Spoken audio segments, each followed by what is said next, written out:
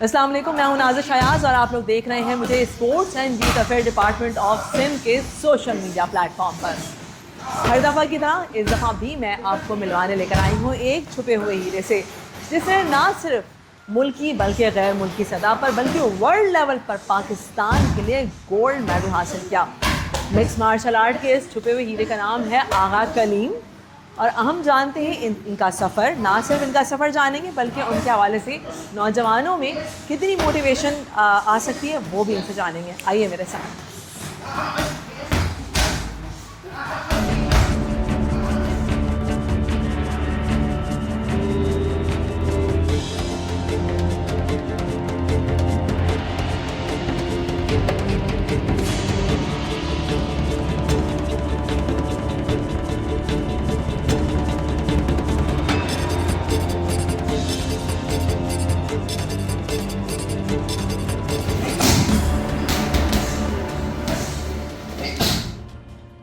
भाई ये हैं आगा कलीम, जिन्होंने ना सिर्फ मुल्की बल्कि बैनुल-अक़वामी सतह पर कई दफ़ा पाकिस्तान को की ना सिर्फ नुमाइंदगी की बल्कि गोल्ड मेडल्स जो हैं वो भी लेकर आए हैं और वर्ल्ड चैंपियन भी रह चुके हैं। तो भाई आगा कलीम, अस्सलाम वालेकुम। वालेकुम सलाम, मैं आप कैसी? मैं बिल्कुल ठीक हूँ। अच्छा आगा, मुझे बताएँ सबसे पहले कि आपका सफ़र कैसे शुरू हुआ? कैसे किस उम्र से आपने सफ़र शुरू किया और कैसे आपको ख़याल आया कि आप जो है अ मिक्स मार्शल आर्ट, जो कि एक बहुत ही मुख्तलिफ जिसे कह सकते हैं फॉर्म है मार्शल आर्ट्स की, उसमें आप कदम रख सकते हैं। सबसे पहले तो मेरा नाम आगा कलीम है और जो मेरा ताल्लुक है बेसिकली मैं एक पश्चिम क्वेटा से हूँ और आज से मैं 12 साल पहले काम इसलिए मैं कराची आया था। फ़िलहाल मेरा फ़ोकस सारा काम पे था।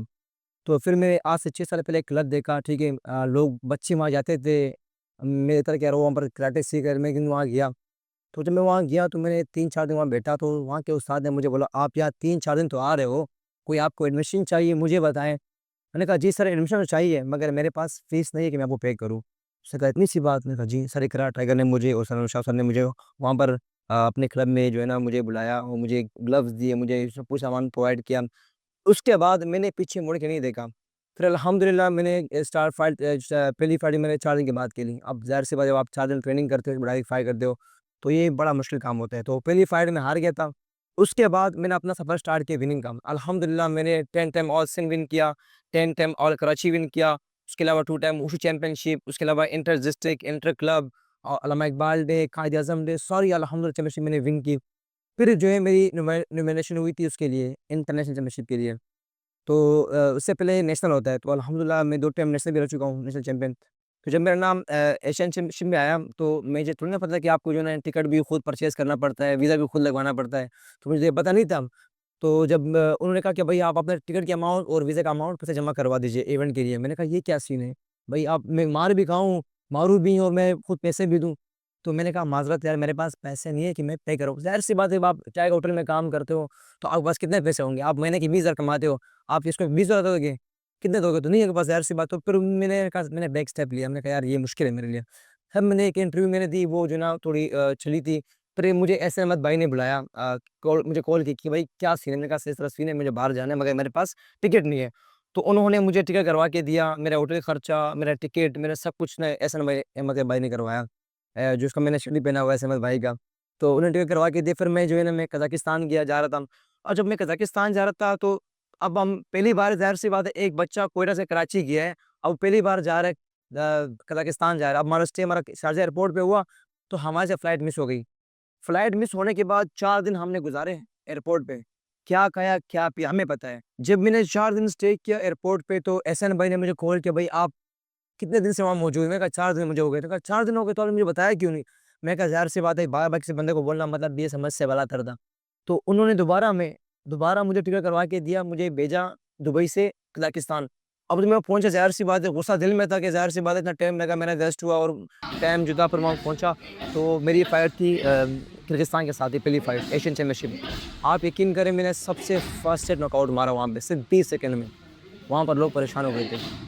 तो उसके बाद फिर दोबारा पाकिस्तान है, जैसे मैं इतना खुश था कि यहाँ पर सपोर्ट मिलेगा, लोग गवर्नमेंट बुलाएगी, मैं बड़ा खुश था। मुझे पता है कुछ नहीं मिलता है। तो जब मैं वहाँ से बैक करके दोबारा पाकिस्तान आया, मैंने कुछ भी नहीं मिला, ना कोई इस्तकबाल के लिए आया, ना कोई हमें रिसीव करने कोई नहीं आया। तो मैं थोड़ा मायूस हो गया।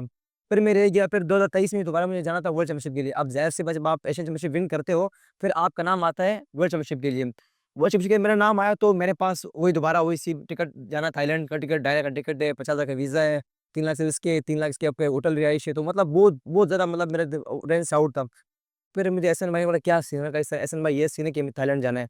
तो फिर एहसन अहमद भाई ने और हाफ़िज़ नईम और रहमान साहब ने, जमात इस्लामी के, इन्होंने मिल के जो है ना मुझे सपोर्ट किया, मुझे भिजवाया थाईलैंड बैंकॉक। मैंने अल्हम्दुलिल्लाह अपने ओपोनेंट को तीसरे राउंड में नॉकआउट किया और अल्हम्दुलिल्लाह वर्ल्ड चैंपियनशिप मैंने विन किया। अब मैं और खुश था कि अब तो कोई ज़ाहिर सी बात सपोर्ट मिलेगा। आप यकीन करें कोई सपोर्ट नहीं मिला। फिर मैं मायूस हुआ, मैंने कहा यार क्या करे बंदा, अब काम करना है, ज़ाहिर सी बात है आप काम करोगे तो आपको सपोर्ट लेके चलना बड़ा मुश्किल होता है। फिर मैं उस टाइम बड़ा मायूस रहा कुछ दिन, तो फिर जो है ना फिर मुझे अली ज़फ़र ने खुद कॉल किया कि भाई आप माशाल्लाह लगे हुए हैं, मैं आपको देख रहा हूँ आपकी अचीवमेंट। अली ज़फ़र ने मुझे अपने घर बुलाया और मुझे जो कहा, मुझे कुछ कैश इनाम भी दिया, फिर जो अपकमिंग इवेंट है उसके लिए सपोर्ट भी किया। फिर उसके बाद अल्हम्दुलिल्लाह मैं दोबारा गया, कज़ाकिस्तान गया। अल्हम्दुलिल्लाह वहाँ मैंने चैंपियनशिप विन की। फिर उसके बाद मैं उज़्बेकिस्तान गया, मैंने अल्हम्दुलिल्लाह वहाँ ब्रोंज़ मेडल विन किया। फिर उसके बाद मैं अज़रबैजान गया, अल्हम्दुलिल्लाह वहाँ मैंने जो है ना for the I think 30 second में नॉकआउट मारा अपनी प्रो फाइट में। अल्हम्दुलिल्लाह मैंने बेल्ट विन की। ये सारी जो पड़ी हुई है, इसके पीछे मेहनत बहुत है। बहुत मेहनत की, अपने हाथ तुड़वाए, अपने मुँह तुड़वाए। अभी देखो मेरे यहाँ पर ज़ख्म होगा, ये भी 2 च 4 दिन पहले का निशान है। और उसके आगे देखो यहाँ, ये पूरी ना पता है, हमें लगती रहती है।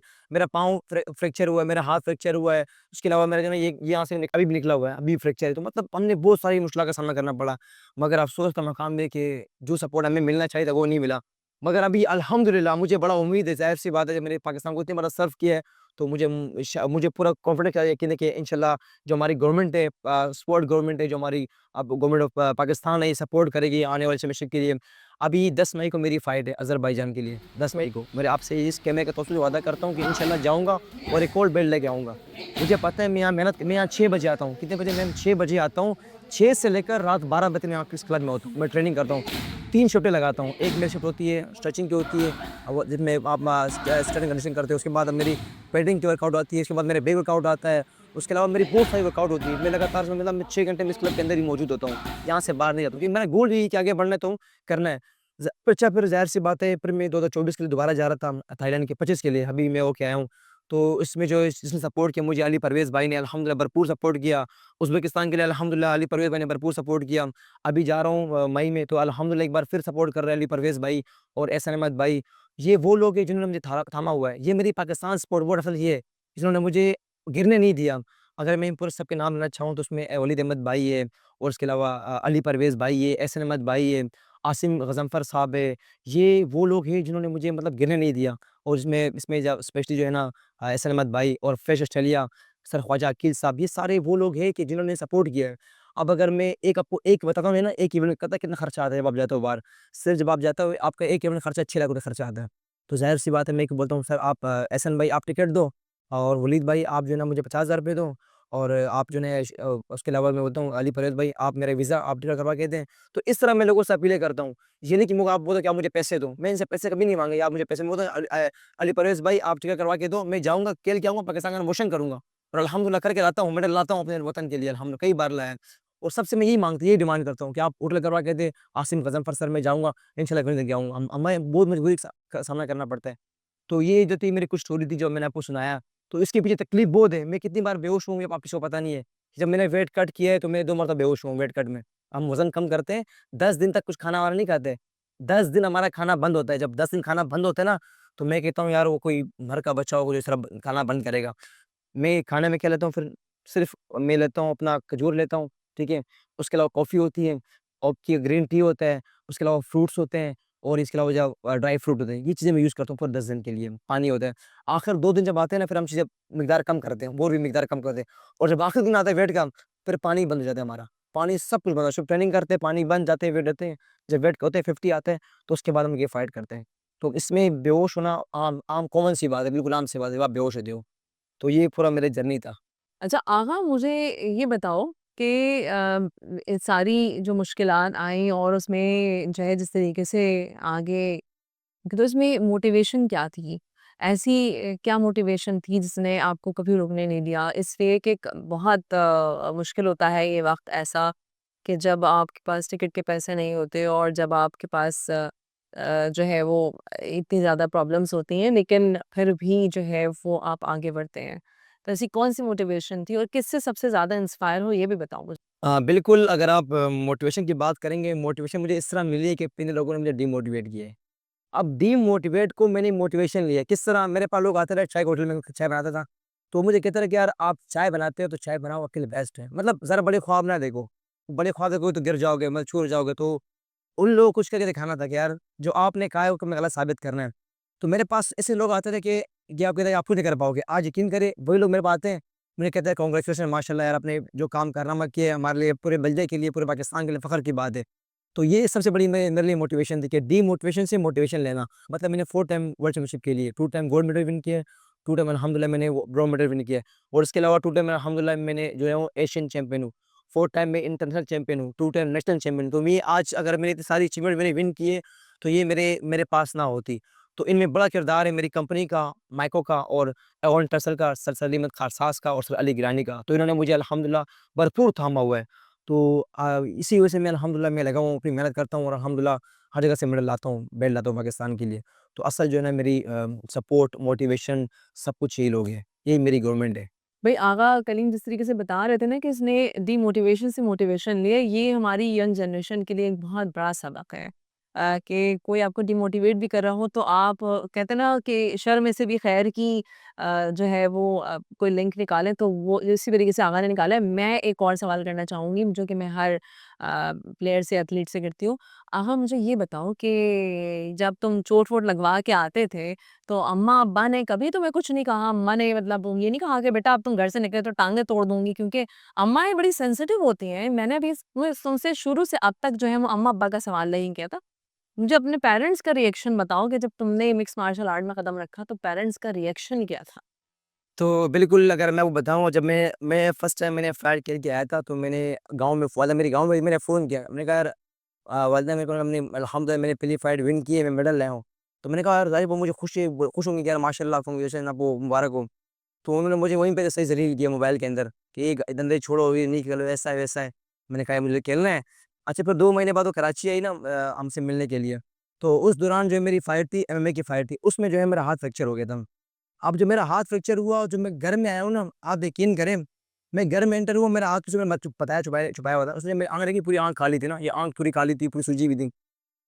पहला सवाल नहीं किया, चप्पल उठा के मुझे मारा वहीं से, चप्पल उठा के मुझे मारा। बोला तूने फिर ये करामा करके आया, तुझे मैंने मना किया कि तूने नहीं खेलना है, तूने फिर इस तरह किया। चप्पल से मुझे मारा उसने। उसको पता नहीं कि मेरा हाथ टूटा हुआ था, फ्रैक्चर था मेरा। उसके बाद सुबह उसको पता है कि हाथ मेरा फ्रैक्चर था। फिर उसने जो है मैंने अब्बू को कहा कि भाई इसको ना आप काम में फिट कर दो, पहले 6 घंटे काम करता रहा, अब इसको 12 घंटे काम में लगा दो, ताकि ये गेम छोड़ दे, स्पोर्ट छोड़ दे। तो फिर इन्होंने मेरे अब्बू ने मुझे 12 घंटे काम पे लगाया कि भाई आपको उसको चूल्हे पे कड़ा किया, 12 घंटे के अंदर मैं काम करता रहा। और उसके बावजूद जब मेरी आती थी फाइट में, काम छोड़ के निकल जाता रहा, भाई आप वहाँ खड़े हो जाओ भाई को, मैं निकल फाइट कर लेता रहा।